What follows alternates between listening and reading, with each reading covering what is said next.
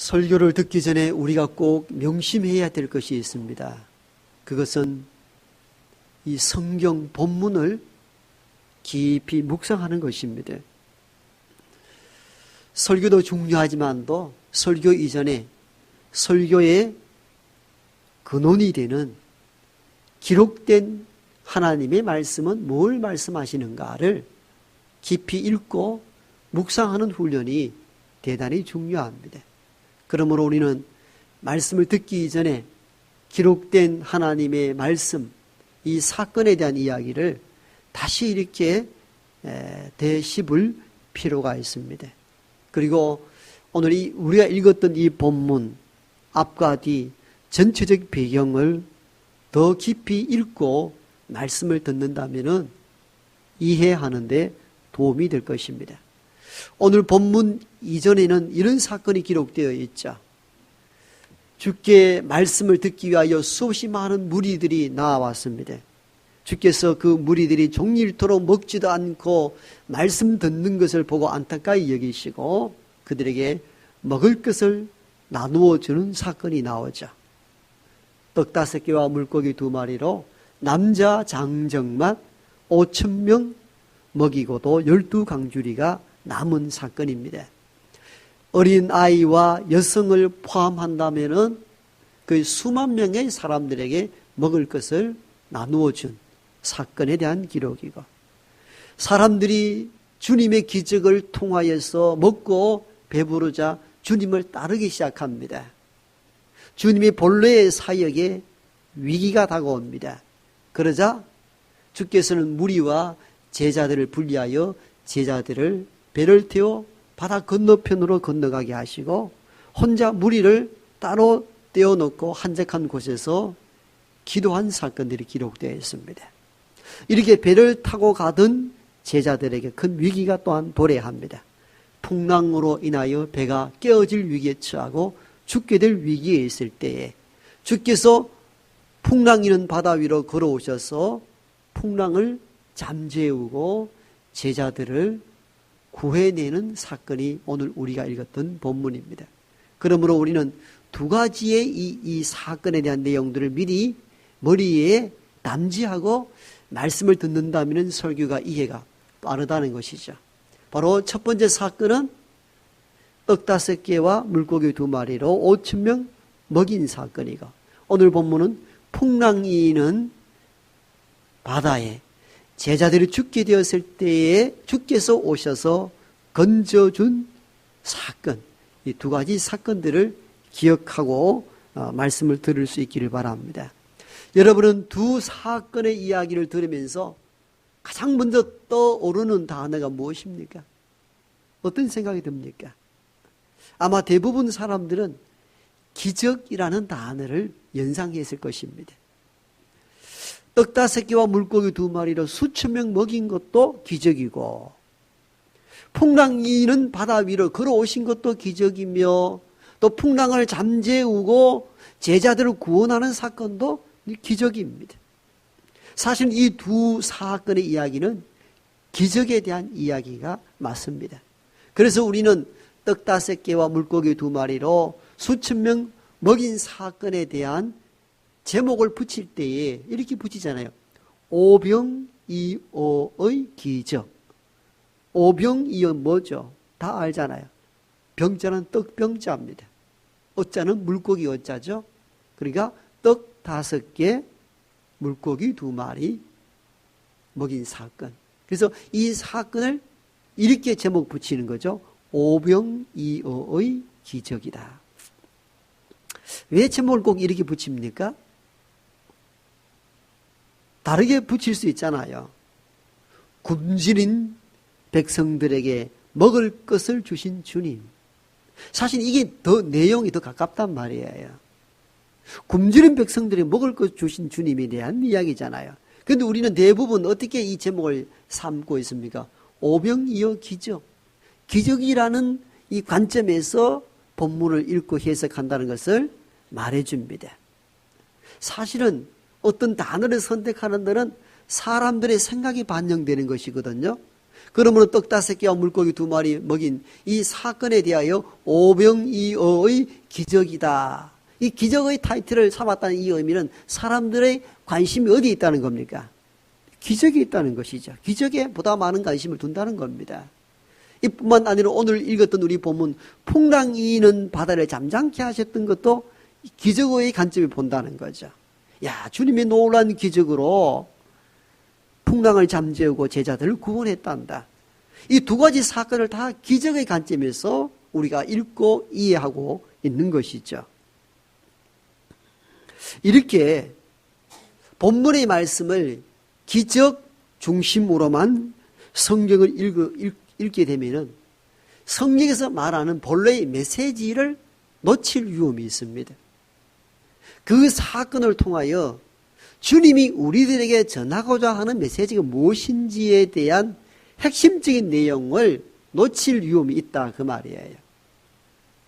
실제 그렇거든요.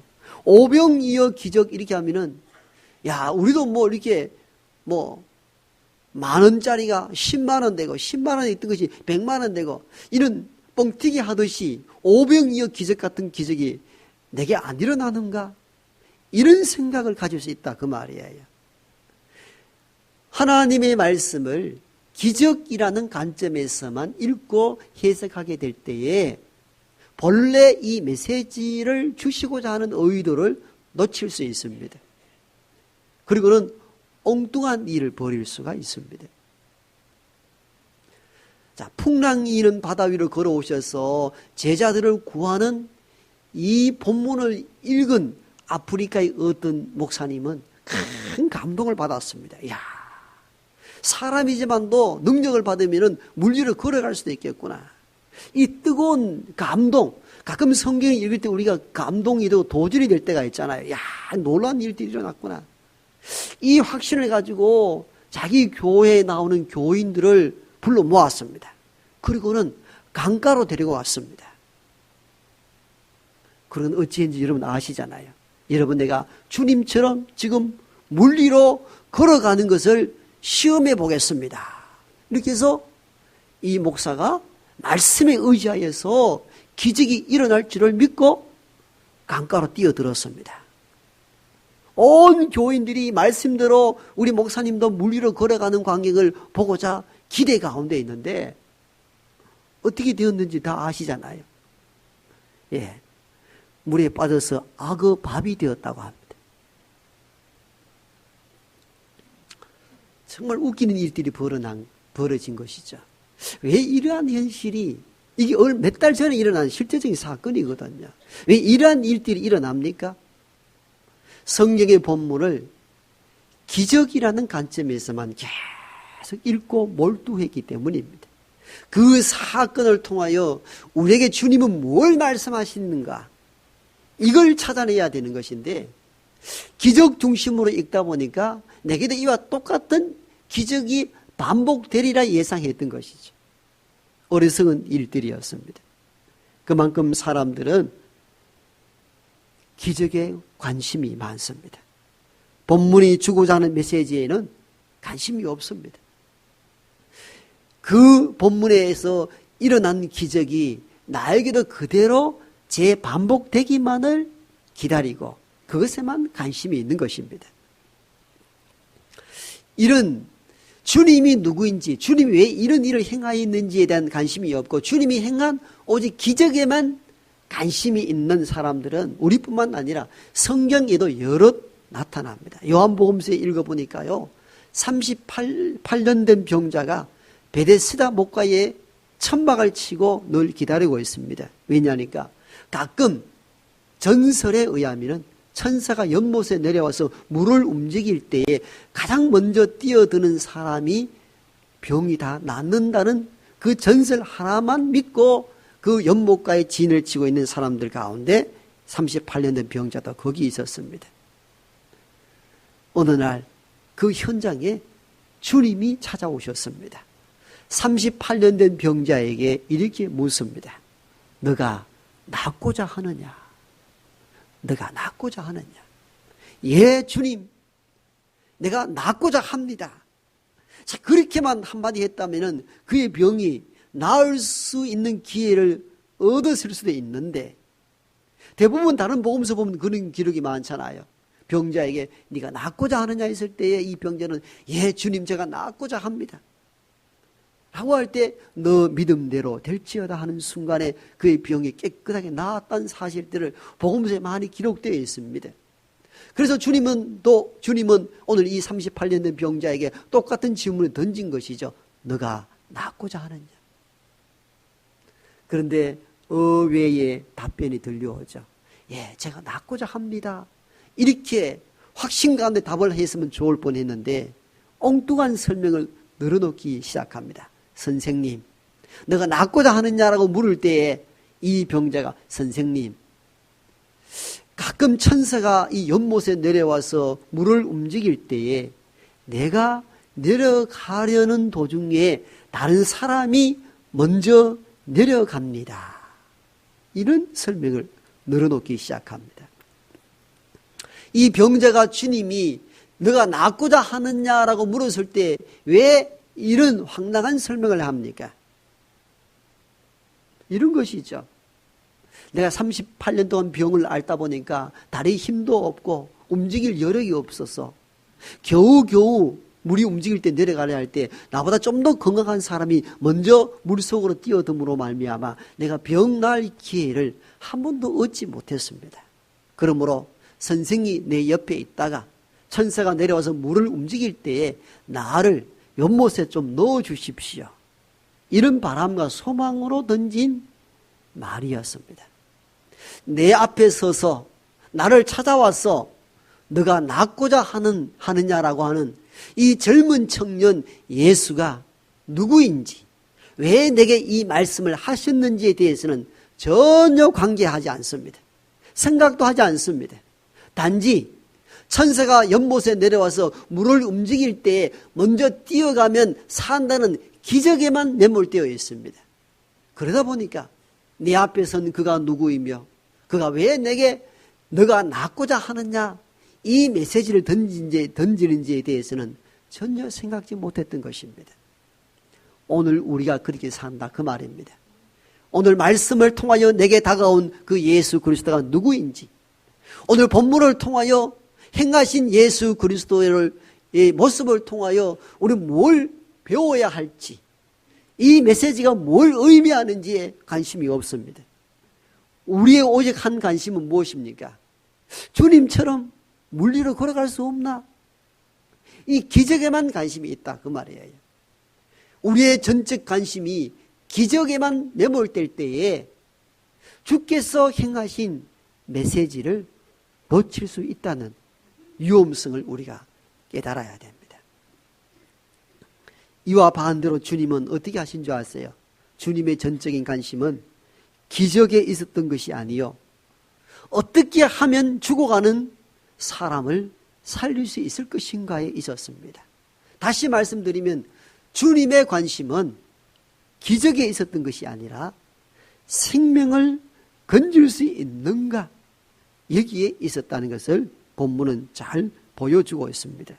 우리는 오늘 이 아프리카의 목사처럼 이 본문을 읽을 때에 나도 주님처럼 물 위로 걸어갈 수 없는가, 기적에만 관심을 둔다면 주님의 관심은 다른 데 있었습니다.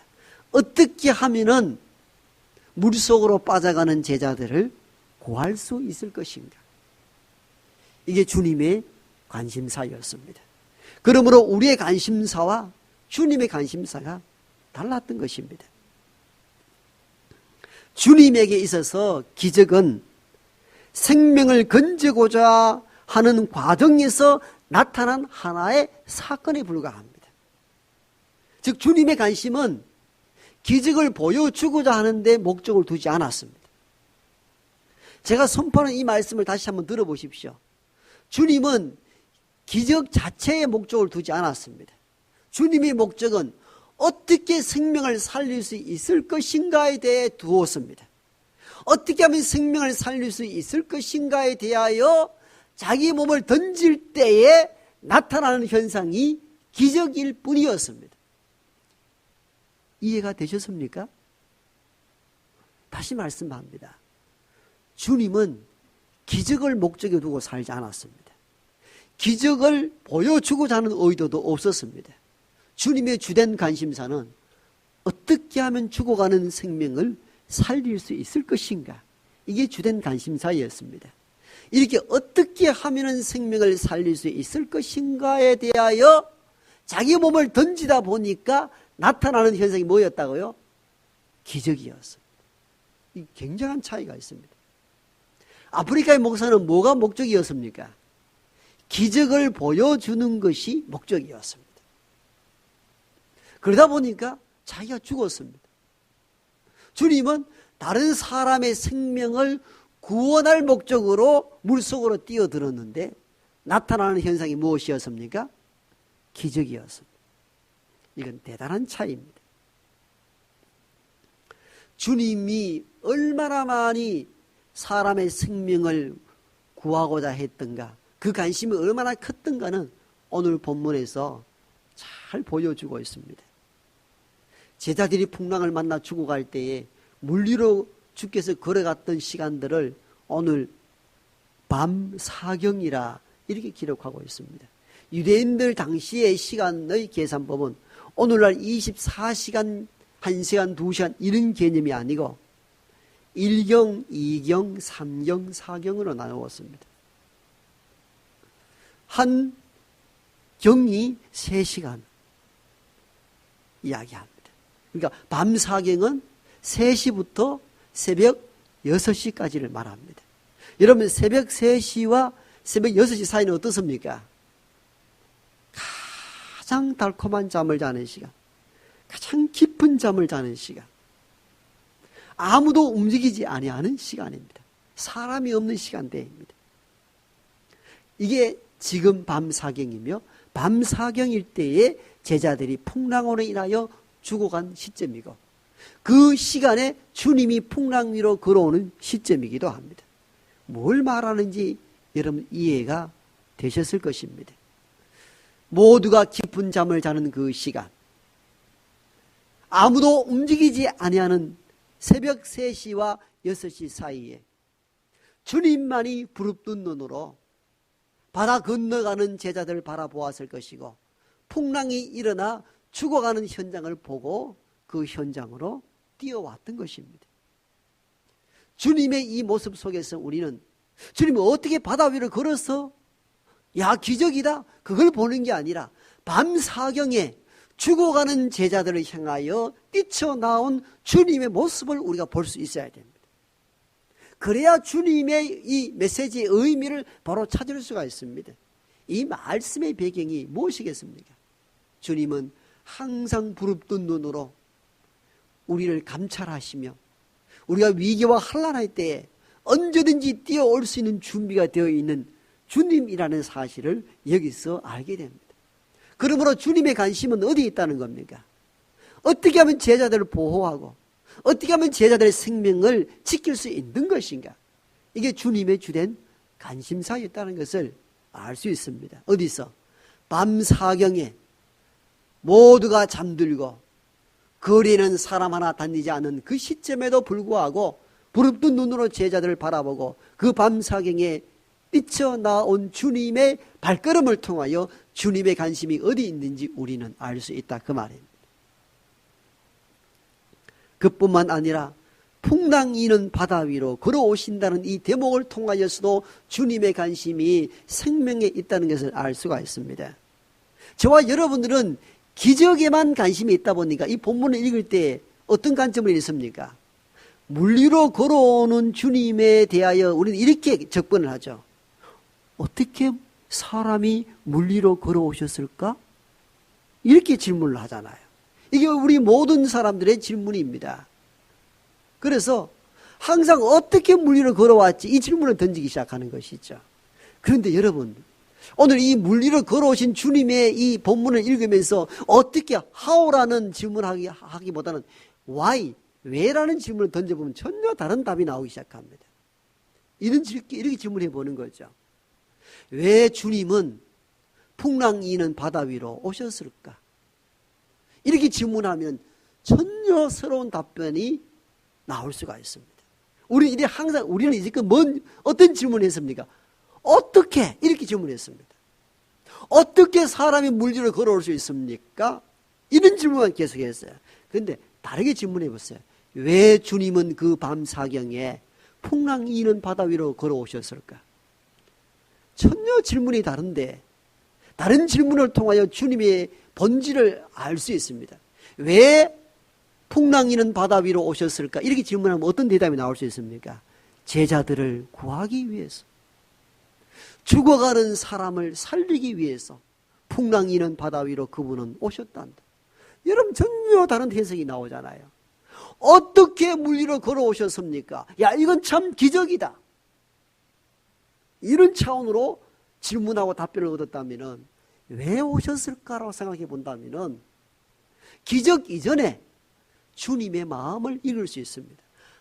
주님의 관심은 죽어가는 생명을 구원하는 일에 있구나. 여러분, 잔잔한 바다 위도 아니고 풍랑 이는 바다 위로 걸어갈 마음이 생깁니까? 뛰어들 마음이 있겠습니까? 없지요. 육지에 있어도 풍랑 이는 큰 파도를 보면 두렵잖아요.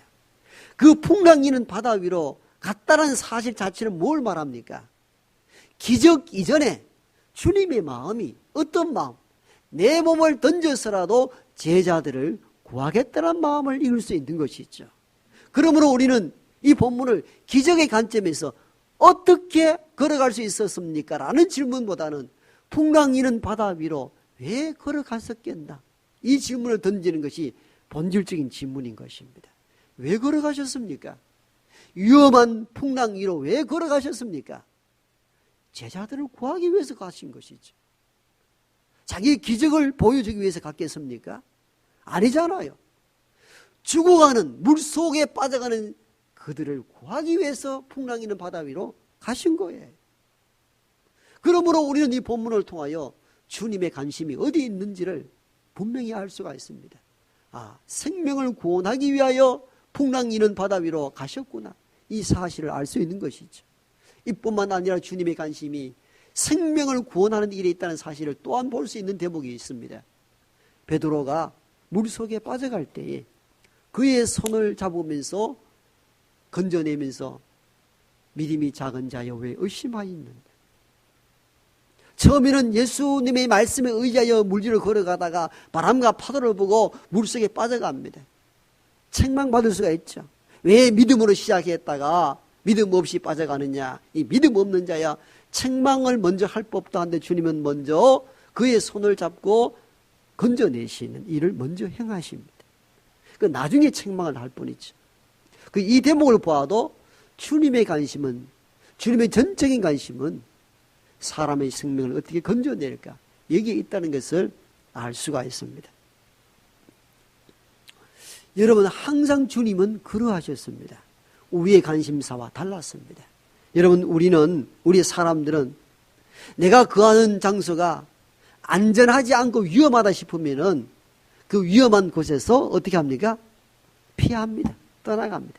예를 들면 예배를 드리다 여기 불이 났다 이렇게 하면 어떻게 합니까? 아무리 좋은 곳이라 할지라도 이 예배당을 떠나겠죠, 여러분들이. 여러분, 가정이 위기와 환난에 처해 있을 때 어떤 사람들은 그 가정 너무 힘들고 어렵다고 떠나는 사람들이 있습니다. 교회가 분란과 어려움에 있을 때에 떠나는 사람들이 있습니다. 사람의 본능은 내가 있는 곳이 위험하다 싶으면 그 현장을 떠납니다. 이게 사람의 본능입니다. 그래서 주님은 보십시오. 위험한 곳으로 일부러 찾아가십니다. 왜요? 위험한 곳에서 사람을 건지기 위해서입니다. 참 놀랍죠? 우리는 위험한 곳에서 벗어나기를 원하는데 주님은 위험한 곳으로 일부러 찾아 들어가십니다. 풍랑 이는 바다 한속으로 들어갔다는 것은 뭘 말합니까? 위험한 곳으로 들어간 것은 제자들의 생명을 구하기 위하였습니다. 구하기 위하였습니다. 이게 주님의 본질적인 모습이셨습니다. 주님께서 공생의 기간 동안에 사역했던 것은 갈릴리 해변가였습니다. 갈릴리는 종교와 정치와 문화에서 소외된 변두리, 서민들이 주로 고기 잡아먹고 사는 사람이라. 바로 그들에게 복음을 전합니다. 공생의 기간 동안. 그런데 주님이 마지막 가서 죽은 곳은 어디입니까? 어디입니까, 여러분? 갈릴리입니까?